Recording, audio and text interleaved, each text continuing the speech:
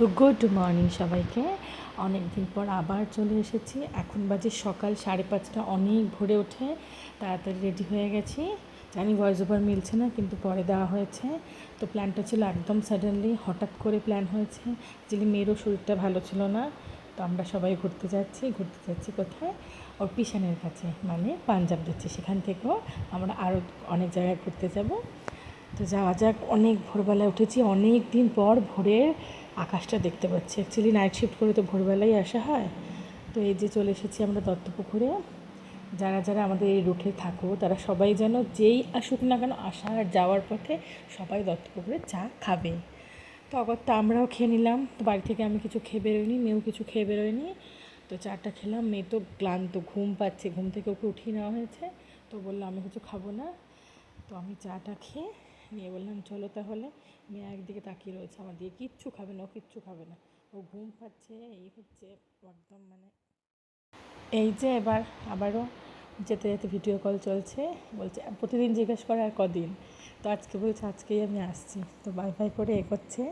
খুব মজা পেয়েছে, খুব মজা পেয়েছে। তো এগোতে এগোতে এই দেখো সকালবেলাও এত জ্যাম রাস্তায়।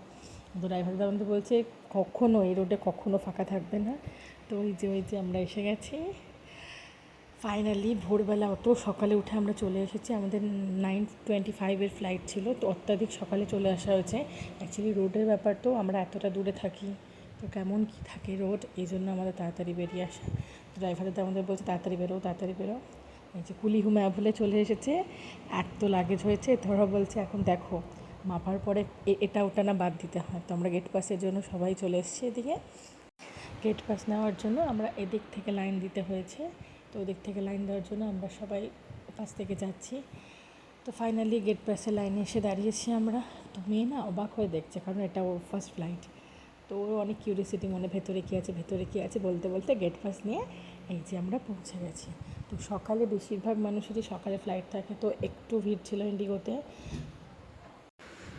তো আমরা ইন্ডিগো দেখে এদিকে চলে আসলাম। মেয়ে এদিক ওদিক সেদিক দেখছে ব্যাপারটা কী হচ্ছে। ও এখনও গেস করতে পারছে না, এত চেকিং হবে বুঝতেই পারছে না, এত চেক করেছে ঢোকায়। রোজ জিজ্ঞেস করছে এত লাইন কেন মা, এত কেন লাইন দেবো।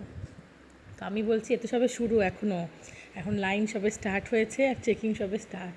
চেকিংয়ের পর চেকিং করতে করতে যেতে হবে। আমার জাস্ট একটাই ভয় লাগছিল, এত লাগেজ আমাদের না এক্সট্রা ওয়েট হয়ে যায়। তো ওই চিন্তায় তো আমি দিয়ে দিলাম না। ফাইনালি 45 কেজি আমরা নিতে পারবো। তো আমাদের হয়েছিল 44.500 গ্রাম। ভীষণ একটা স্বস্তির নিঃশ্বাস ফেলে এগোলাম। এই দেখো এমনভাবে সবকটা চেক করছে টিকিট কার কোনটা নাম। একবার আমাকে দেখছে, একবার টিকিটকে দেখছে, একবার আমাকে দেখছে, একবার টিকিটকে দেখছে। খুব সিরিয়াস উনি, খুব সিরিয়াস।